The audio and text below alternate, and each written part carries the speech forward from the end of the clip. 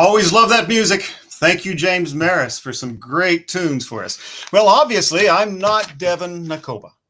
Devin is off in some other place at some other time doing some other things, but we're here on Manoa Valley Theater Live. We're really happy to have you with us today. I'm Kip Wilborn, Executive Director. You're used to seeing me come out and doing a little report on the theater, which I'll still do. But I hope everybody had a great holiday season and stayed safe and stayed healthy. Looks like we've had a little bit of a bump in our cases. And so, I just encourage everybody, be careful, take care of, show that aloha spirit to everyone around you. And so, by the way, I wonder, Brad, can you put in the text, what episode is this? Where are we now? We've certainly been doing this for a while, and it's been exciting. We've been off for a couple of weeks. Brad says it's number 40. 40 weeks. So that's pretty good with 2 weeks off. So thank you for tuning in. Thank you for being a loyal supporter. Just a reminder, support the arts, support us, the symphony, opera, ballet. So see that? Please donate. Please donate. That's the way it goes. All right. 988-6131. So around the theater, this week is a build and rehearse. Well, this month is a build and rehearse month. There's not a whole lot that's been going on, except that we're getting ready to open on February 5th with Waiting for the Host. And that'll be available on stream. And we're looking forward to that. So you can get details on our website, manoavalleytheater.com, and just take a look there. So as I said a while ago, we had a little spike in our cases lately. Today's number is 264 statewide, and of those, 202 were on Oahu. Come on, folks. Be careful. Take care of yourself. Take care of your loved ones. Take care of the people you care about. Okay. I can confirm in our new season, this is the 2021 kind of bridge season from January through August. I can confirm 3 of the pieces that we will be doing. Waiting for the Host, of course, and Tiny Beautiful Things, which was in our previous season, which we're really excited about, and Daddy Longlegs. So if you've not seen any of those, keep us in mind. And it will be, I'm just so excited. I'm just so excited about you being back. We did have a couple of things in the theater. We had a Christmas Carol live radio play, which was great. And, our audience was so complimentary about feeling safe, feeling comfortable in the theater. And so there's plenty of spacing. We're being really careful. I want you to come back. Also, our first 2 concerts of the season, they went really well and had a just equally as happy audience. All right, well, so today's guest is someone that virtually everybody knows. A familiar face to just about everyone in Hawaii, not only in the arts community, but in the legal, business, and sports communities as well. He's an attorney at Cade Schutte, has served on the MVT board in a number of capacities, among them chairman of the board, board president, and board president, and board president. He is a champion of the arts in Hawaii, and we're so happy to welcome Mr. Jeffrey PORTNOY to our show. Hey, Jeff. You must have had a lot of other shows to finally get down to me. Well, come on. We asked. No, we didn't. Okay, I'm sorry. You're right. I'm sorry. No, we're happy. Jeff, we're super happy to have you on. I mean, you're on all the time. No, I'm not sorry about it. I'm just pointing out a fact. That's all. Well, actually, I got to tell you, I'm a little intimidated today. I mean, I'm filling in for Devin, who's a professional broadcaster, and now I'm sitting across from a professional broadcaster. You're not making me any more comfortable here. I have no control over your future. I'm not president anymore. You're safe. All right. Well, okay. That's better. I feel better now. All right. You should. All right. So everyone knows you around town as a lawyer and a champion of the arts and sports guy. But how did this all begin? I mean, tell us a little bit about, I don't even know, even though we've known each other a while, where were you born? What was the early years like? I was born in a log cabin. I was raised by wolves. And then as wolves do, they abandon their young. And I was left with no parents, no place to go, no den. And so I stowed away on a ship and arrived in Hawaii. No, I grew up in Long Island, New York, and went to Syracuse University, went to Duke Law School, and got a job right out of law school, right here at Cade Schutte, where I've been for almost 49 years. It's hard to believe that somebody stays in any job that length of time, but it's been a great experience, and that's been my professional life. And then Wow. in the late 70s, when Hawaii Performing Arts Company was just starting to get a little bit more formal, it had started with a bunch of students and was just kind of living hand and foot. And Dave Reed, who really helped make the theater happen, was talking around town about wanting to expand the board from Dave Reed to a few more people. And said he would like to try to get a lawyer. A friend of mine knew that I was interested in theater, having been voted class actor in high school, and thinking I was extraordinarily talented, till I went for my audition in New York for Northwestern School of Speech, which, as you know, is one of the premier theater universities and programs in the country. And after having done my 1-hour Shakespeare audition, the rejection came shortly thereafter. So I knew that career was over. So anyway, I was asked if I would help this little wooden leaky building out in the graveyard, and that's history. Still involved. So Jeff, what year was that? I mean, 69 was the founding of the company. It was in the late 70s, mid to late 70s. Like, only Alice Tucker has been around longer than me, so you can ask her. But I think it was like 76 or 77 when Dave decided that he needed some help. And, we survived and prospered, and built a new theater, started in 86, and then renovated again a few years thereafter. And very lucky to have Dwight Martin as our producing director for 40 years, and lucky to have you as his successor. So we're doing pretty good for a little theater in the graveyard. Yeah, I think so too. And I thank you so much for all the leadership you gave over the years, and multiple times. How many times were you president? Not as often as Fidel Castro. That was my goal. Okay. They got rid of me right before I would have broken that record. So Reed, after 8 years, finally decided he needed some help. And so in that, I think they called it the Termite Palace. Is that what they called it? Yeah. Yeah, some did.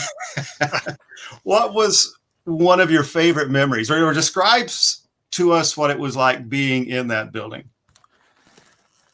Well, as some of our longtime patrons and subscribers will know, it was an unbelievable experience. It was an old church that hadn't been renovated since probably the 60s, when it became a kind of an alternative school for a year or two for students that washed out every place else. Ask Becky Dunning, she'll tell you.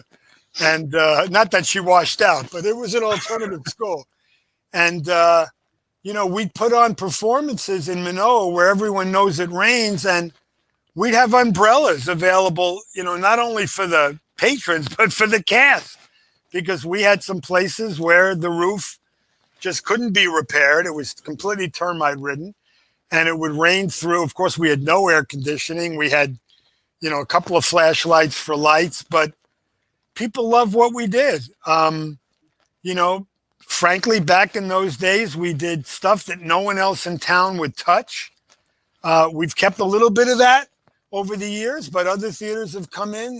Back then it was Diamond Head and what they did well, like the musicals and some of the old war horses. And we were doing plays about AIDS and cancer and, you name it. And we built up quite a loyal following, and enough to raise, I thought it was impossible.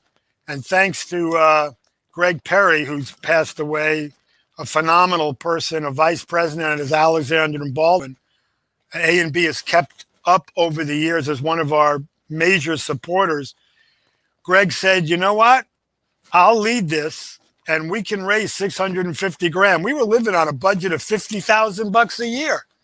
And he said, we can raise it. And thanks to some people at my firm, Fred Shuddy and Russell Cades, who come up with $50,000 each, and others in the community who you can see on the bell tower, we raised 650 grand. And then a few years later, another 300,000 so that we could make improvements. So here we have this $1 million facility in the middle of a graveyard, thanks to Kauai Howe Church. And that's what's going on. That's a lot more than $1 million today. That's for sure. That's a bunch of money back then. It was amazing. And I don't want people to think it's always been easy, because it's not been. As you know, even today, it's a constant struggle. And we wouldn't be able to do it without all the volunteers, and everyone is a volunteer. We give them a pittance. The people that work for us on stage and backstage literally pays for their lunch. And all the people that have supported us financially and as season subscribers, and people who buy tickets. And I think, they know that we, for the most part, do some pretty good stuff. Not everything is perfect. We're not, a professional equity theater, but I'll put us up against anybody. And when you look at the number of Po'okelas we've won over the years and the categories in which we can compete, we hold our own. Absolutely. So looking back to those early days, as on the way to where we're at now, what was your favorite performance back in the old building? Oh man, we've had so many memories, and I'm getting old, and plays don't come to mind like they used to. We've done so many things. I think about them thematically, frankly. And we've had so many extraordinary performers on our stage. Some who are still in Hawaii, many who have gone on to Los Angeles and Broadway. Willie Falk, for example, who starred in Miss Saigon, Leilani Jones, who won the Tony. These people started on Manoa Valley Theater stage, and so many other people that have gone on to careers in theater, and others who, frankly, have other careers but are extraordinarily talented. So I've got a lot of memories. The one I'm trying to think of, God, it's the one that took place in the mental institution, Cuckoo's Nest. Cuckoo's Nest. My one memory, because it just showed how our theater is so adaptive that no one else can do it. There's a scene in Cuckoo's Nest where someone gets thrown out of the room and through a door, and they got thrown through a phony wooden door outside the theater. The audience just gasped. Like, what just happened? Because we took our regular door and we put in a phony wooden door, and the actor was thrown right through the door. I mean, that's the kind of things we can do, with our configurations and being able to move the stage around. And my other one that I never forget is Big River. We turned that theater into the Mississippi River. It was absolutely incredible. And we've done so many other things, but those two are just standouts. I've heard so many comments about Big River. That's long before my time. But yeah, so tell us about that production. Just describe it for the people who, like me, who weren't there. It was just technically and professionally unbelievable. I mean, the raft moved through the theater. The audience looked like, was seated like they were on the banks of the river. We had extraordinary talent. The show itself is great. If you love, kind of country western music, we had James Pestana played the lead, who was one of the great actors back in the days. And it was just artistically, it was brilliant. And we've done others. I mean, I don't want to make it seem like this one is so far beyond others, but it's the way we turn that theater. We've turned that theater into a church. We've turned that theater into a school. And I'm not just talking about a proscenium stage. I'm talking about the whole environment. We've turned the theater multiple times into clubs and jazz clubs and Song of Singapore. And, no one else, I'm sorry, in town can do what we can do technically. in the ability to turn the entire theater into an environment. And I think that's one of the unique things about us. Here, here. I totally 100% agree with you. So it's obvious you have this extraordinary passion about the theater, but you also have a couple of other passions in your life, obviously the law and sports. So, you know, how did you, well, first of all, I've got to go back.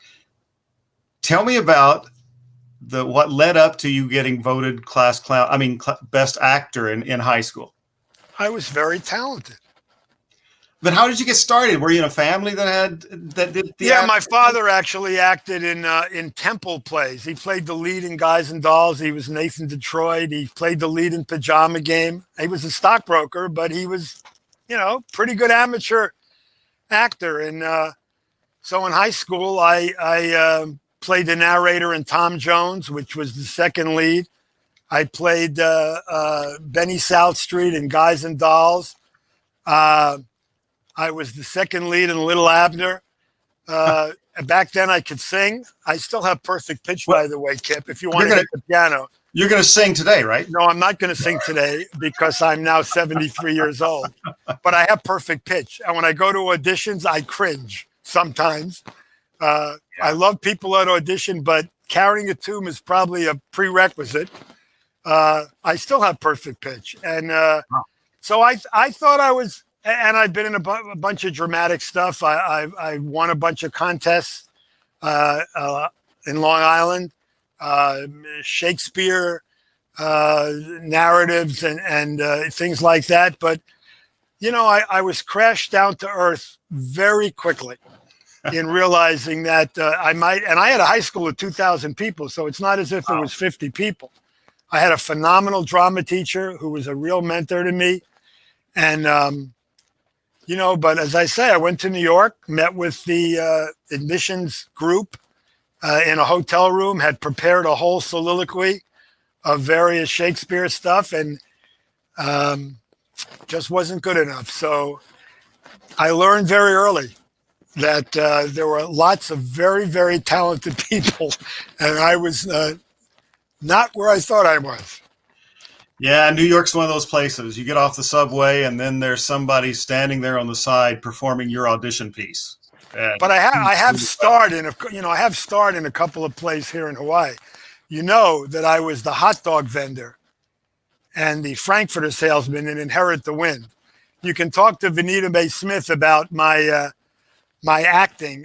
I was severely criticized because I ate the props off stage before I came on. I was hungry. I worked all day. I had these hot dogs and ice cream. And the ice cream pops. Yeah. The honorary are not that big. Vanita said, you know, you can't eat the props. That's not part of your job. Oh, I wish I could have seen that. Yeah, I know. I know. That. So when are you going to be back on our stage? Only to clean it. Oh, come on. It would be the thrill of your life. Yeah. You know, I don't want to get too serious, obviously, but the amount of time that people put in to do a Manoa Valley Theater show is beyond what they put in at any other theater. Mm-hmm. That's because we run more performances normally because we're a much smaller facility than, let's say, our friends at Diamond Head. So you put in 4 to 6 weeks of rehearsal, 3 to 7 weeks of performances, 5 nights a week. You have to be at the theater by 6. You don't get out till 10 or 11. And you have a job. And you can't miss rehearsals. And I learned that when I did Inherit the Wind. I had a small walk-on part. They could have done without me, but Anita made it clear to everyone, and I never forgot this, you have an obligation to the entire cast. And so you work all day like I do, and then, you know, you may have to stay to get ready for the next day. You can't. And so for 11 or 12 weeks, you're giving up your part of your life. Now, for some people, it is their life. You know, theater and the ability to be with other people, that they're single, they may not have a job, and it's a great opportunity to socialize and meet people. But, for lots of other people, me included, it's a tremendously difficult undertaking. And I so admire the people that serve, not only on stage, who people see and can applaud, but all the people backstage who no one ever sees. Absolutely. Well, so the answer is no. We'll wait until you retire. Yeah. We'll wait until then. Okay. So tell me about, how did you get, okay, were you an athlete as a kid? I'd like to think so, but others were not so sure. I mean, it's not like I was going to get a scholarship to college. I swam in high school, in a high school, by the way, that didn't have a pool, which tells you how good our swimming team was. That's a challenge. Yeah, we had to go by bus every single day to a high school 30 minutes away. Ooh. Talk about a commitment. I played lacrosse when I was younger. I thought I was a hell of a baseball player, but once again, the coach let me know I might not be as good as I thought I was. Basketball just became a passion just because of where I went to school, where I went to law school, and that led me to do University of Hawaii men's basketball games on radio as color analyst. I did it for 27 years. This is the second year that I'm retired, but I still have a weekly radio show on Fox Sports 990 every Wednesday at 4:00. And Jackson Wheeler, who's the former assistant coach at UH, and I do an hour every week on college basketball. So I really enjoy that. Well, I'll ask you one more question about the broadcasting. So how did you get in? What happened? I was a substitute. I was a pain in the butt. I was representing a bunch of media, and I knew Don Robbs, who I still know and love. I haven't seen Don in a while. I wish you well, Don. Don was the program manager at the station that had the broadcast rights, and there came a game or two where, for whatever reason, the color analyst decided they couldn't or wouldn't do the games. And Don called me one day and said, you've been bugging me, telling me how much you know about basketball. I need somebody to stand in tonight. And I said, you got it. And so I did a couple, and I was terrible. People think I was terrible after 27 years, some people, but that's okay, because most people really liked what I brought to broadcasts. But a few years later, the rights came up for bid, and a guy from Seattle, Washington was here on vacation who owned the broadcast rights to Washington State University and Washington High School sports. And he read in the paper that the rights were available, and he bid and won. And he didn't know anybody in town. And so when he first met with the university, he asked for a lawyer that they could recommend that could help him negotiate the contract. And they gave him my name because I had done a lot for the University of Hawaii legally. And he came to see me. I'll never forget. And we met for about an hour and talked about legal stuff. And then he was getting up to leave. And I said, hey, by the way, Dave Iverson, who was still very good friends, although he's back in Washington and no longer has the contract. I said, Dave, have you picked your announcers? And he goes, no, I don't know anything. I just bid on it and got it. And I just came into town. I said, well, I'd like to do the color on basketball. And he goes, you're joking. And I said, no, I'm not joking. He said, well, what makes you think I can do it? I said, I know I can do it. And I know who they're using, and I'm better than who they've been using. And go ask the university. And he did. And the athletic director said, yeah, he'd be great. Now, there might have been times in the last 27 years they rethought that. I outlasted every Hawaii broadcaster besides Jim Leahy until 2 years ago, where ESPN and I parted on less than amicable ways. People can go online and see exactly what happened. But then Fox 990 came along, and I do miss not doing the games, but I'm really happy to have the show. So that's that story. And then I cover the Final Four as a writer for the Star Bulletin, Star Advertiser, although there hasn't been any last year, and this year there probably won't be any media because of COVID. So that's been a real thrill for me to be able to actually be a real journalist with a press pass to cover the Final Four in college basketball. Yeah, I'd kill for that. I would. I've been very lucky. Who you got? Who you got in the Final Four this year? I mean, it's early. It's so early. You know, and you don't know who's going to play or not, but Gonzaga is clearly the class of college basketball this year, as they look like they were last year. So if I had to pick one team, it'd be Gonzaga. But so much can happen with COVID and games being canceled. Right. And, you know, as we're talking, the University of Hawaii may be lacing it up for the very first time against Riverside, and we're on January 9th. They haven't played a Division I basketball game since last March. And who knows how many more they'll get to play with what's going on in California and with our quarantine rules. So we'll see, man. Well, all right. Back to MVT. Favorite show ever at MVT? Which one were you in? You know what? I haven't appeared as an actor on I knew that. That was my favorite show. So you love all of them. You know, I could probably come up with a list of 50, really. I mean, just think how many there have been that I've been. We do 6 a year. It's been 50 years, Wow. 250 to 300 shows. So getting up to 50 would be easy. And on the opposite end, probably 30 that I hated.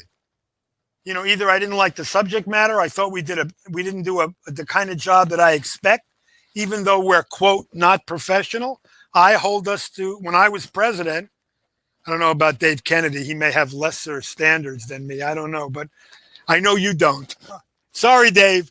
When I was president, you know, there were a couple of things we didn't, you know, one way or the other, they were the wrong picks or we didn't get the right cast. And that's going to happen when you're looking for volunteers and you're competing with other theaters. But I have no question that 85% of what we've done has been worth it, either because of subject matter and or talent or staging.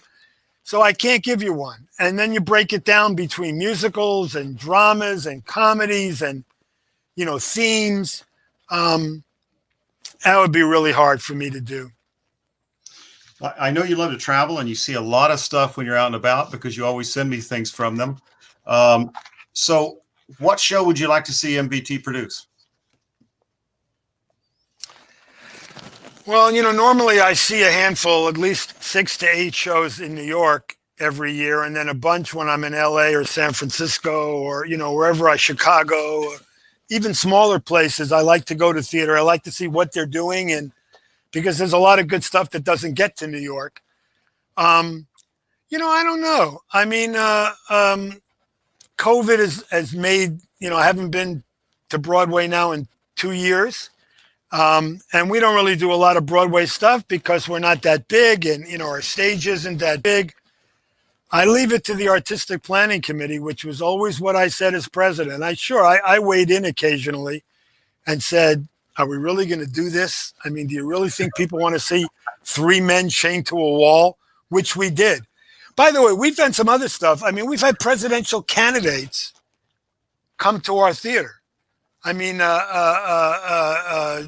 what was the message? Dukakis came to our theater and did a seminar after a play. Yeah, we've had an incredible history. I mean, people don't realize what's happened on our stage. But, you know, we do a play, 3 Men Chained to the Wall. I went, what? And I said it before and I said it after. But, you know, as you know, because you've been so involved in the last year and a half in trying to find plays that, 1, we can get the rights to, that 2, we can do. And now COVID's in the way. And, you know, it's hard. It's hard. And, you know, we compete occasionally with our big brother, and they've got a lot more seats, and, you know, they can bring in more revenue. And we also have I won't call them little brothers, but, you know, we used to be the only ones that did serious stuff. Now you got TAG, and of course you got Kumiko, who are doing indigenous and local stuff. And we're trying to move into that area. We've done, you know, a Shipman's Day, which was phenomenal, and we'd love to do more. So we're evolving. Forget about COVID. That's a whole other thing. But, you know, we got to make enough money to keep the doors open. And frankly, people's interest in plays about AIDS or cancer. There's a very loyal following. We got to keep doing those. But clearly, when we do a Lisa Matsumoto play, we get 5 times the audience, and so there's a value. There's a value all around. So I can't pick one. All right. I can just tell you the ones I don't think we should pick. Those are easier for me. Oh, really? Uh-huh. I've never heard you do that. Yeah, Hey. you will. Jeff, it was so good to have you. And you know what? We are going to make it through this, through the COVID and everything. And to a great extent, it's because of people like you. And so I just want to say thank you for your support over the years and your service. And if you left the room. No, I'm looking at the tweets and it says we should do Sweeney Todd with Kip. And we did Sweeney Todd without Kip. And it was really good, by the way. And it would probably be equally, if not better. I don't know. Would you play the Pie Woman or or Sweeney Todd? Which one would you want? I know you're very talented. Absolutely, Mrs. Lovett. Yeah. You could play any of those roles. And then somebody tweeted that Chaminade did it a year ago. I'm glad there's at least 4 people that are listening to this, by the way. Oh, there we go. All right. Well, listen, I wanted to get into some talk about the pandemic and the way it affects the arts, but we really don't have any time. One last thing. Thank God. One last thing. What are your hopes for the new year? Mine or for the theater? Yours. Pretty simple. Just everybody stay safe and that we conquer this COVID thing. I'm leaving tomorrow. I got to go to the mainland. I got to go to South Carolina. I tried to avoid it, but I can't. And everybody's telling me be careful, and I know. But you know, I like to travel. I love theater. I love sports. Not just me. Everybody's lives have been brutally disrupted. Not to mention, of course, and this is no comparison because this is so much more severe.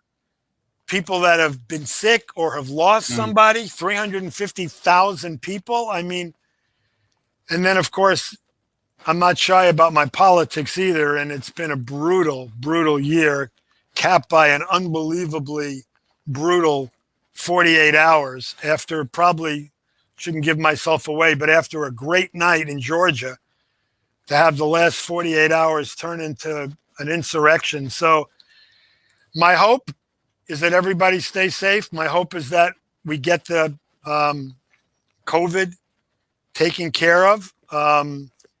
And that the country somehow comes back together and we become normal again, both in our health and in our government. And on a theater level, I can't wait till we get back in that theater and not 6 feet apart. Absolutely. Absolutely.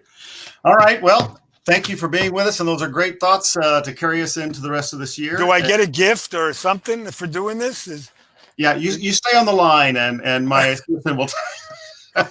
Do I get a gift certificate or a season ticket? Nothing? All right, Kip, you've done a great job. You're a great producing director, whatever title you've given yourself. You're like Trump. I think it's king or something. No, I gave myself a title, and then Alice gave me a title, which I have, executive director. All right. Be good, man. Thanks for having me. All right. Aloha, Jeff, and thank you for being with us, and thank everyone for tuning in. And, support the arts. Come back to the theater. Be safe, be careful. We got to get this thing under control, but we also got to get back to living. All right. Love all of you, and aloha.